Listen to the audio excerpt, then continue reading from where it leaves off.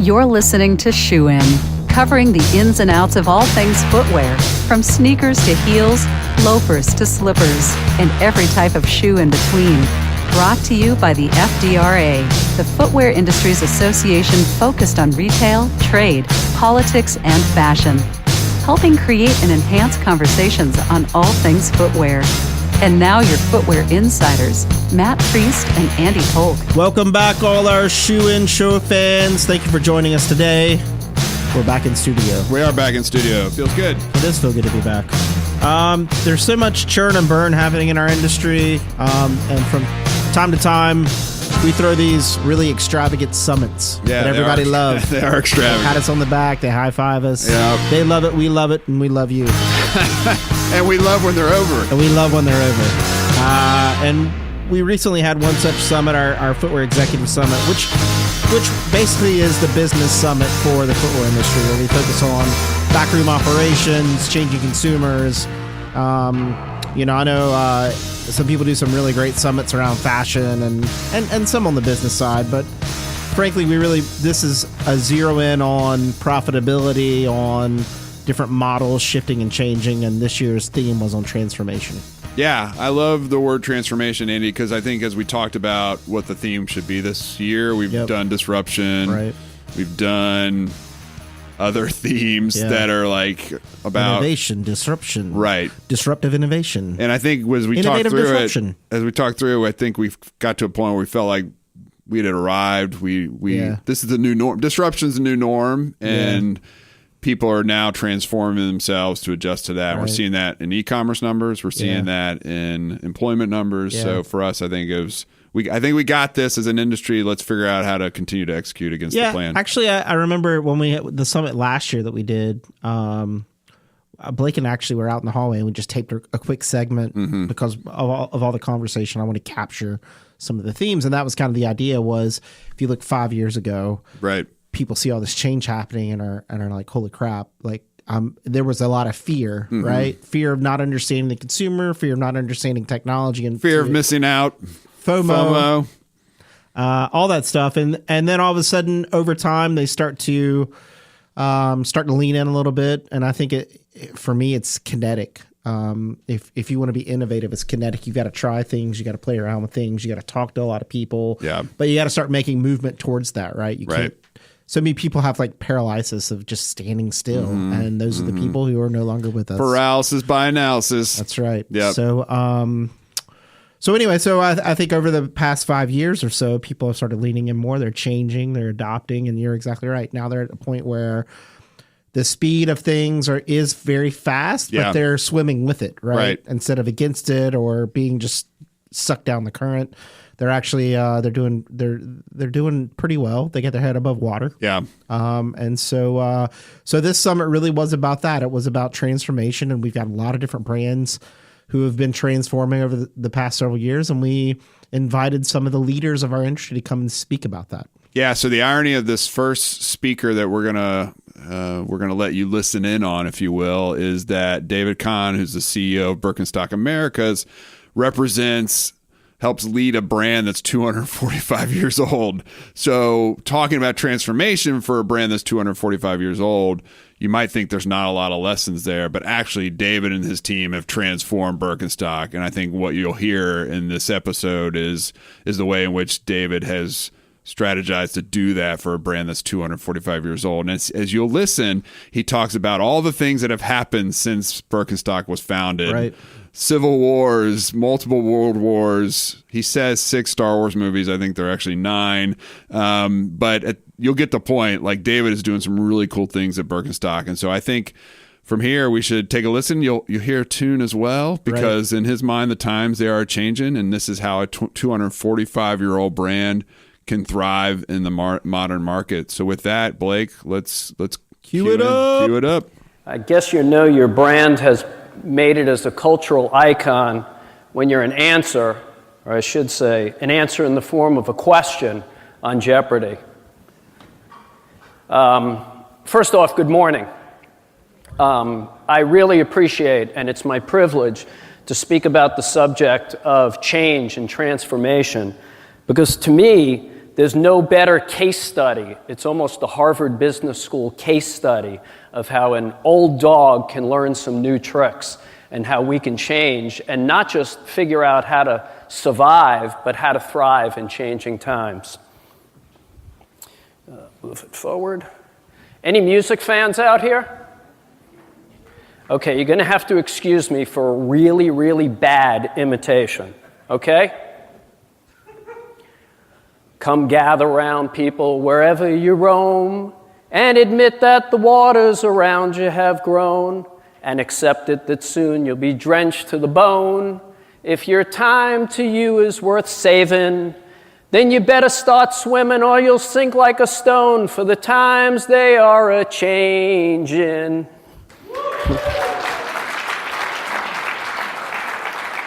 For the times they are a... All right, that's the sing-along portion of the show. Bob Dylan wrote those words in 1965, and he wrote that song as a wake-up call. He wrote that song to scare people. He was basically saying that if you don't keep up with the rate of change, you will, in his allegorical terms, sink like a stone. You'll drown. That's scary. But he wrote this at a time of unprecedented change. Change was happening politically, socially, economically, personally, professionally, spiritually, internationally, domestically. But here we stand in 2019, and is there anybody here with the rate of change that we're dealing with that wouldn't say, wow, that seems like the good old days, right? We're living in a day and age when companies that have been around for a couple of years, a couple of months, some as long as I may have taken to have a cup of coffee this morning, are changing their complete direction. The complete business they're in of generating revenue, they're changing. But right now, what is the press has a euphemism, right? They call it pivoting.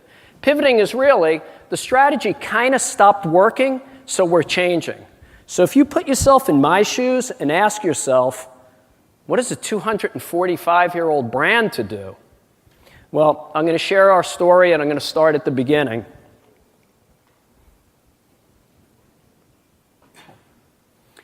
In 1774, in a small village in Germany, a gentleman named Johann Birkenstock hung a shingle outside of his home. And on that sign was one word: shoemaker.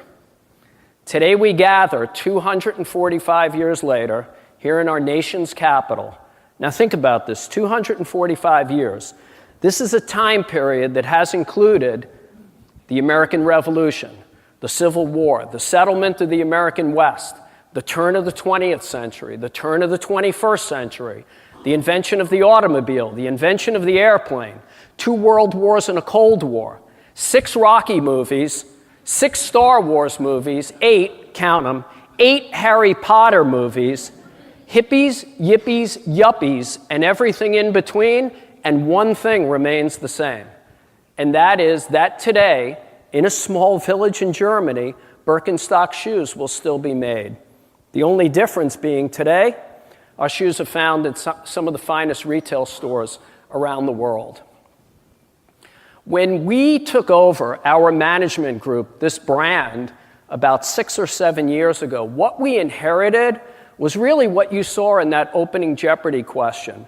We inherited this incredibly iconic style and this brand that had tremendous mind space. What we didn't have was tremendous market space. We were tiny. Honestly, I like to say we were a niche within a niche within a niche within a niche. We weren't just a comfort brand, we were a Euro comfort brand. We weren't just a Euro comfort brand, we were a Euro comfort sandal brand. We weren't just a Euro comfort sandal brand, we were this weird kind of cork Euro comfort sandal brand that everybody thought was really ugly. But we had one thing going for us. The people who wore our product, they may have been very few, but man, they loved this brand. Some of them were the stereotypical Birkenstock consumer. Some of them just happened to be A-list celebrities. But we had that one thing going for us, And that was what we based our entire strategy on.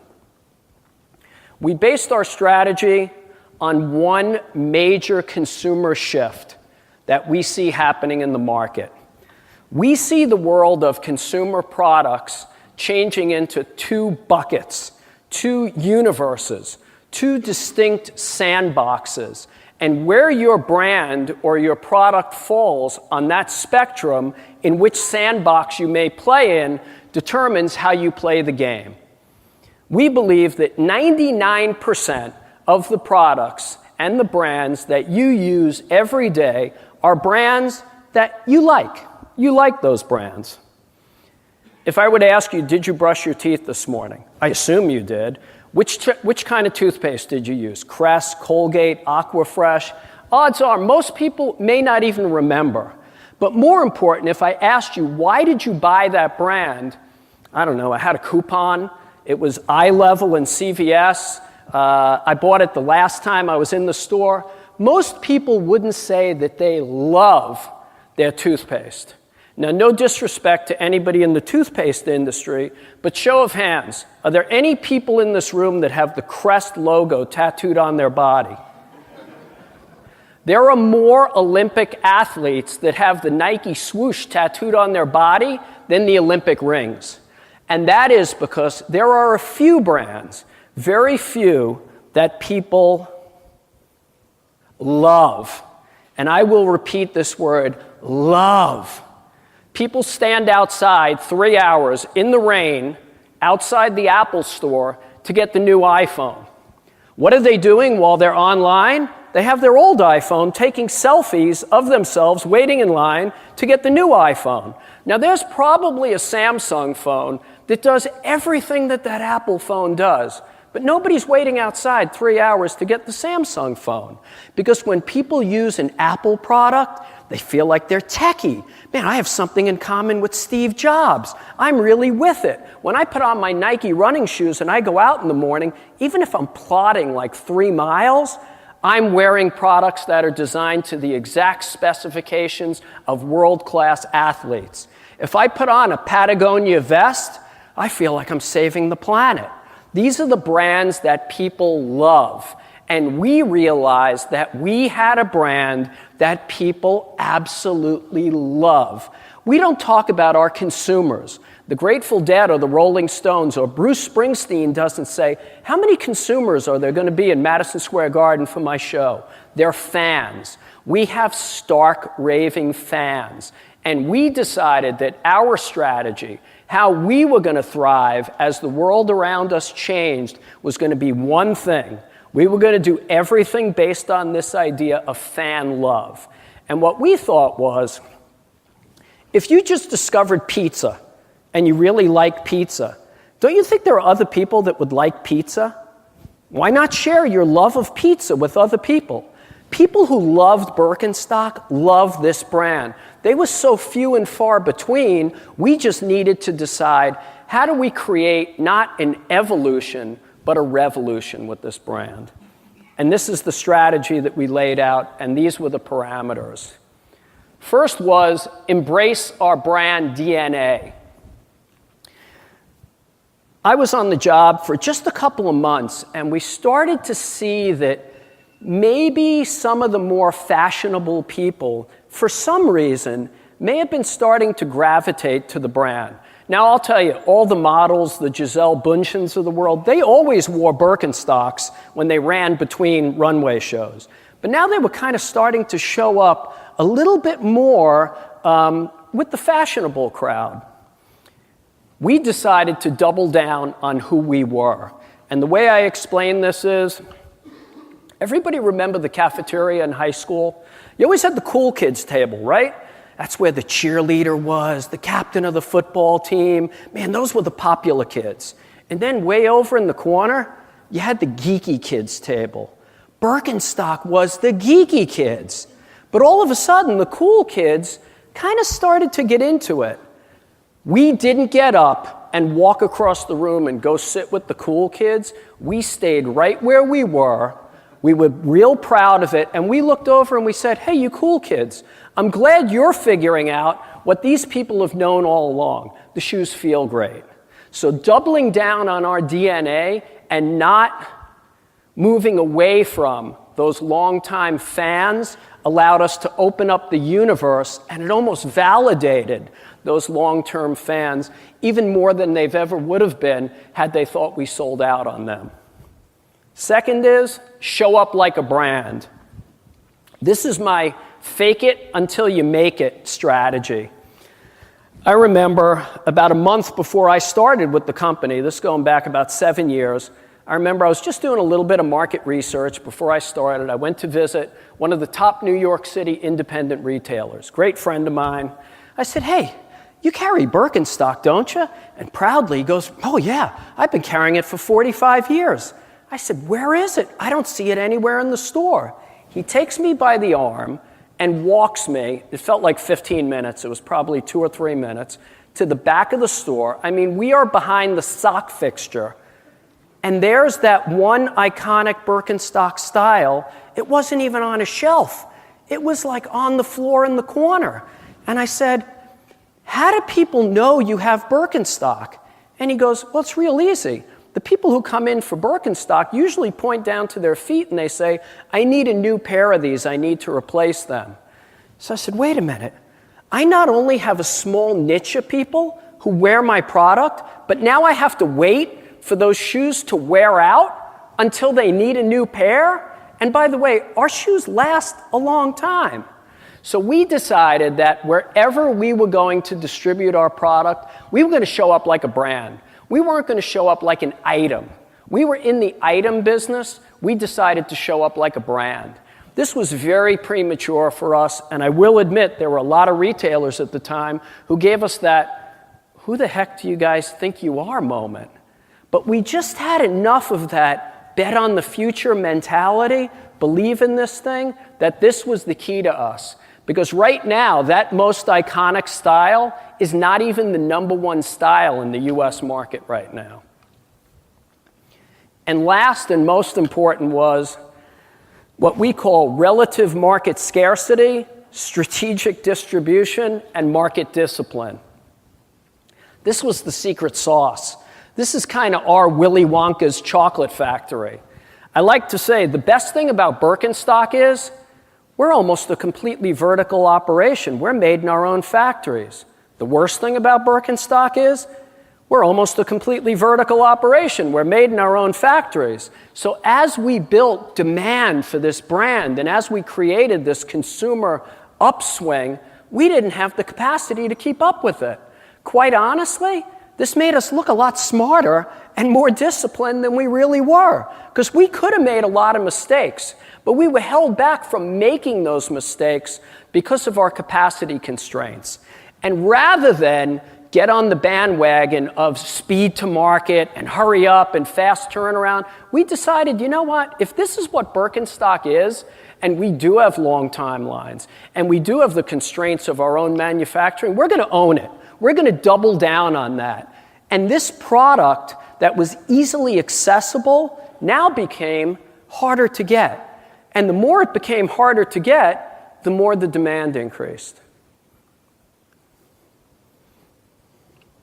I will say one thing, change is very scary. I'm going to admit something.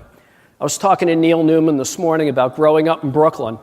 Both my parents worked, and we had a next-door neighbor in our apartment building, and she used to make me, my brother, and my sister lunch every day while my parents were away at work. And every single day for 4 years, every single day, she packed me a peanut butter and jelly sandwich on whole wheat toast. And I used to go to the lunchroom, and I'd unpack the tin foil, and I'd eat it.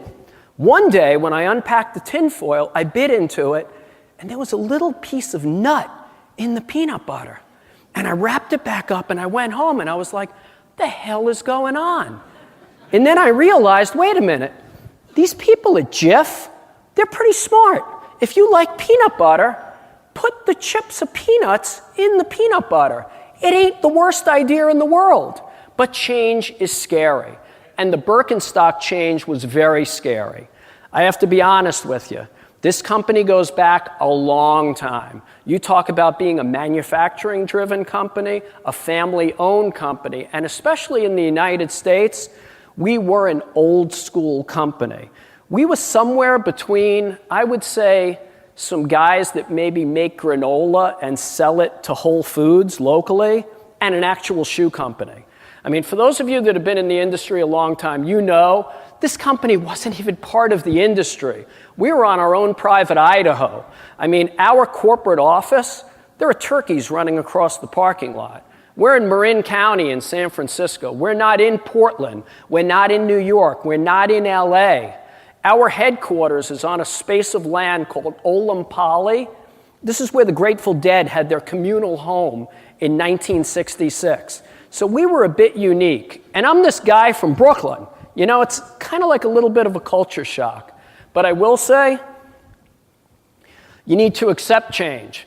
In 1900, almost 70% of the US workforce worked in factories and on farms. Today, that's less than 10%, and we're feeding 100 times more people.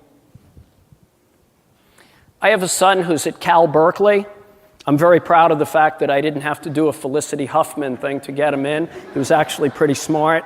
But the professors at Berkeley will sit the kids down, and they'll say, what do you think you're going to be doing in 10 years? I'm going to be a doctor. I'm going to be a lawyer. I'm going to be a business executive. And what they say to them is, half of you in 10 years will be doing jobs that haven't been invented yet. And you know who's going to invent them? You are. 5 years ago, did anybody say, I want to be a data scientist? Of course not. You need to think differently. But change can be exciting. And this is the big story for us. We took something that wasn't necessarily exciting and we made it exciting. And the way we did that, our culture is built on this mission statement. We sell products that bring people happiness and satisfaction. You can repeat this 100 times a day, 1,000 times a day. Every single person in our building, from the receptionist to the people who do the imports to our sales team, if you were to stop them and say, what is your mission? We sell products that bring people happiness and satisfaction. We didn't take our executive team and go off-site for 3 days and try to have a kumbaya moment. We didn't sit there and go, if we were a car, what kind of car would we be? If we were an animal, what kind of animal? We just said simply, what is our why? Why do we do this? And for the average person in our building, it wasn't because I said, we're going to do 10 times the revenue we used to do. It wasn't because I said, hey, you guys, we've been losing money for 10 years, and now we're going to make X EBITDA. That's not their why. Some of that's my why. But the real why is we sell products that bring people happiness and satisfaction. This is our change agent. This brings about the change in every single thing we do, because everything we do is dedicated to this. Just to sum up the elements that went into our case study. For us, it depends where your brand lies on the spectrum of transactional versus emotional. Like I said, we built our entire strategy on the emotional side of it. And right now, we're living in the world of Netflix, right? It used to be you had to have the Cosby Show. You had to have a TV show at 8 o'clock that 3/4 of the United States sat down and watched. That's not the game anymore. You find your niche. Netflix proved this. HBO proved this. You just have to find your niche and own that niche. And if you like it, odds are there's probably other people who like it too. Just like discovering pizza. You're not the only one who likes pizza. We decided we will never compromise our brand equity, ever. And ever for us means ever. And that means in our product creation, it means in our distribution, it means in all of our cultural decisions, we will never compromise our brand equity. Next, don't be a reactor to change. We're here today talking about change and transformation, and as an executive, you can become really, really good at being a reactor to change, right? You can go to work every day, and whatever's happening, you change, you deal with it, you solve the problem. There are executives that can go 20 years in their job being great at problem solving. But what they really are is they're professional ping pong balls. They're almost like a pinball machine, bing, bong, bing, bong. You get very good at that. But we challenge our people to not be a reactor to change. Instead, initiate change. One step ahead is the new status quo. What do we always say? You need to be a step ahead. You need to be a step ahead. A step ahead right now means you're a step behind. You need to be 2 steps ahead. And if you're an iconic brand, if you're Birkenstock, you need to have 1 foot in the past, and somehow you have to have 2 steps in the future. It's not an easy balance to have. Next, you need to create a culture that embraces change.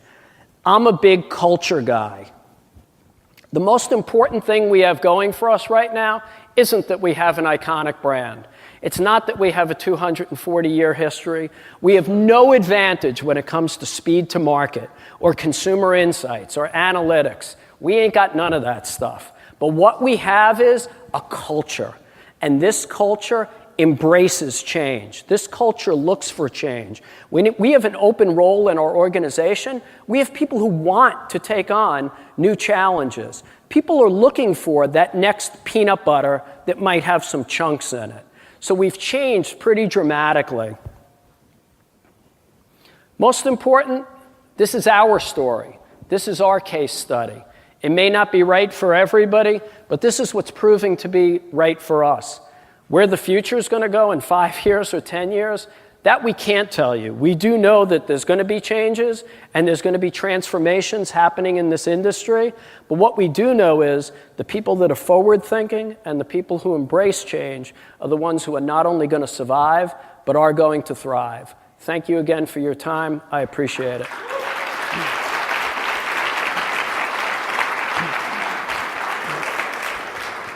So we have a few moments for a couple questions, if you don't mind. My question for you is, we have a number of brands here in the U.S. that have overseas ownership, and yours being one of those. Talk to us about the dynamic of having a foreign owner and how much of the North America strategy drives what the overall company does globally.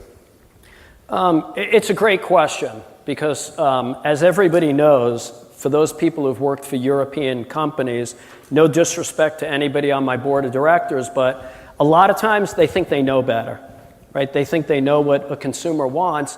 The truth is, they might know New York and LA, but they don't know like Cleveland, Ohio. And I always say, you got to know that guy who's wearing khaki pants and getting out of a Toyota Camry. They defer to us a great deal. And it's actually gone to the point now where we are no longer a German-managed company. We manufacture our products in Germany, but we are right now a true globally driven company. Any marketing decisions really come out of the US, product decisions come out of the US.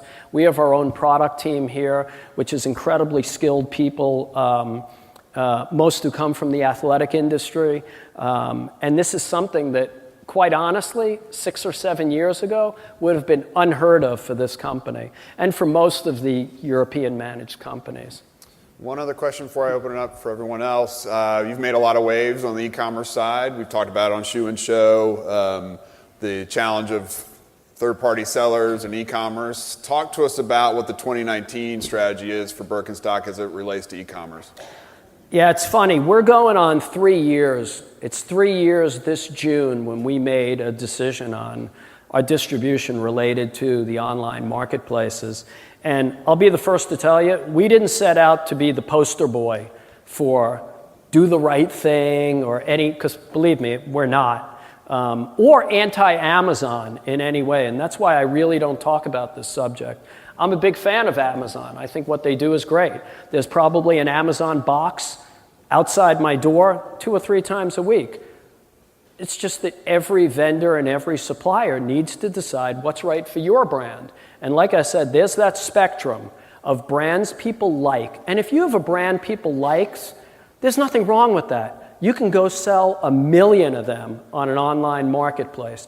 But if you're a brand that people love, and if you're a brand that you believe the purchasing decision needs to have an emotional connection, I always say, I manage this business. My board of directors used to laugh at me. 5 years ago, somebody said, David, you treat this brand like it's Hermes. And I looked at him and I said, if I don't do it, who is?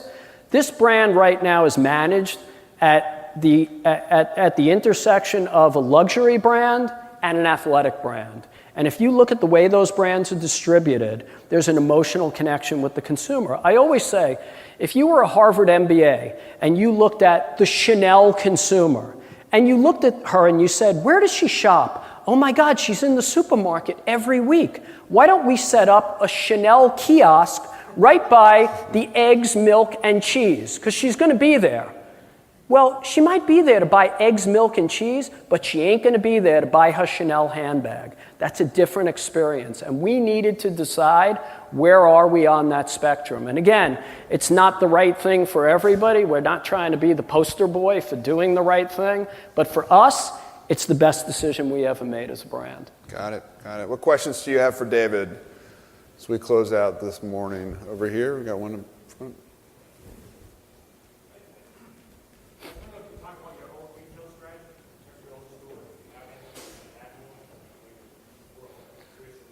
Yeah, we certainly don't claim to be experts in retail. Having said that, we believe in tremendous partnerships with our retailers, and each retailer that we do business with represents something different and something special to us. We felt we were missing something, so we opened a store in Soho. I will tell you, we didn't go about it haphazardly. It took me 2 years of walking the streets of Soho. I probably looked at 150 properties until we found the exact spot that I wanted. I wanted to be within 2 blocks of an Apple store, I wanted to be around the corner from a Nike town, and I wanted to be across the street from Sam Edelman. That was my thing.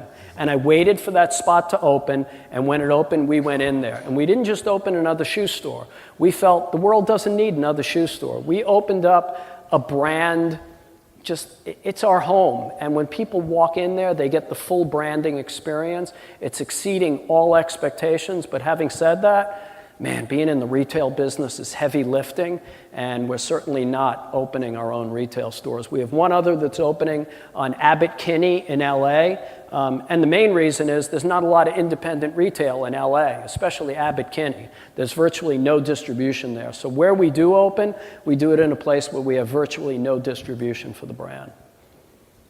Time for one more. One last question. Can we get a mic? Tom's got a mic over here. Hi, I'm Laura. Do you expect your manufacturing to remain in Germany? I mean, is that part of your niche, your appeal, or do you imagine if you keep growing in popularity that you'll extend beyond there? Yeah, my shareholders have the last name Birkenstock. Their name is on every product. In Germany, I mean, this family, it's like, this is like 5th generation family wealth and manufacturing. And that's our expertise. Everything we do is handmade. 30 people's hands touch the shoe before it ever gets boxed up. I can't imagine in the foreseeable future that'll ever happen. We have talked about maybe doing components and actual assembly for quicker turn, but honestly, I don't think that's going to. It's part of who we are. It makes us who we are. And like I said, I like to say that's our advantage, that's our disadvantage. But rather than make it a disadvantage, we kind of own it as that's part of who we are. Own it, baby. Yeah, he owns it for sure. David's doing a great job. That was awesome. That was a great talk. One thing that I was particularly drawn into was he was talking about how he visits stores and sees where the Birkenstocks placed. Right. And then has a realization about how their consumers interact, right? Yeah. People love the product so much that certain store owners just have the Birkenstocks in the back. Right. And they know those people are going to come back and buy it time and time again, and, right. and they don't necessarily need to place it. I'm sure that's changing. Totally I'm sure changing. David's walking David's around watch, and replacing Absolutely. it, of course. But it goes to show you that David's right. I mean, I think they have a very firm grasp on who their consumers are, what their consumers want, and they're building that brand around that. They're not trying to... A lot of people go so wide that they forget that there's a depth to the consumer and that love factor of not just like, but love. Right. Yep. And people love Birkenstocks. They do love them. Well, folks, if you have comments on this show, if you have questions, if you have ideas for who you'd like to have on the show, drop us a line. We're at shoeandshow.com. While we're on Facebook, we're on Twitter. We would love to hear from you. And with that, On behalf of the whole Shoe and Show team, until next time, Shoe and is out. Shoe In has been brought to you by the FDRA, the Footwear Industries Association focused on retail, trade, politics, and fashion, helping create and enhance conversations on all things footwear. For information about FDRA, visit fdra.org.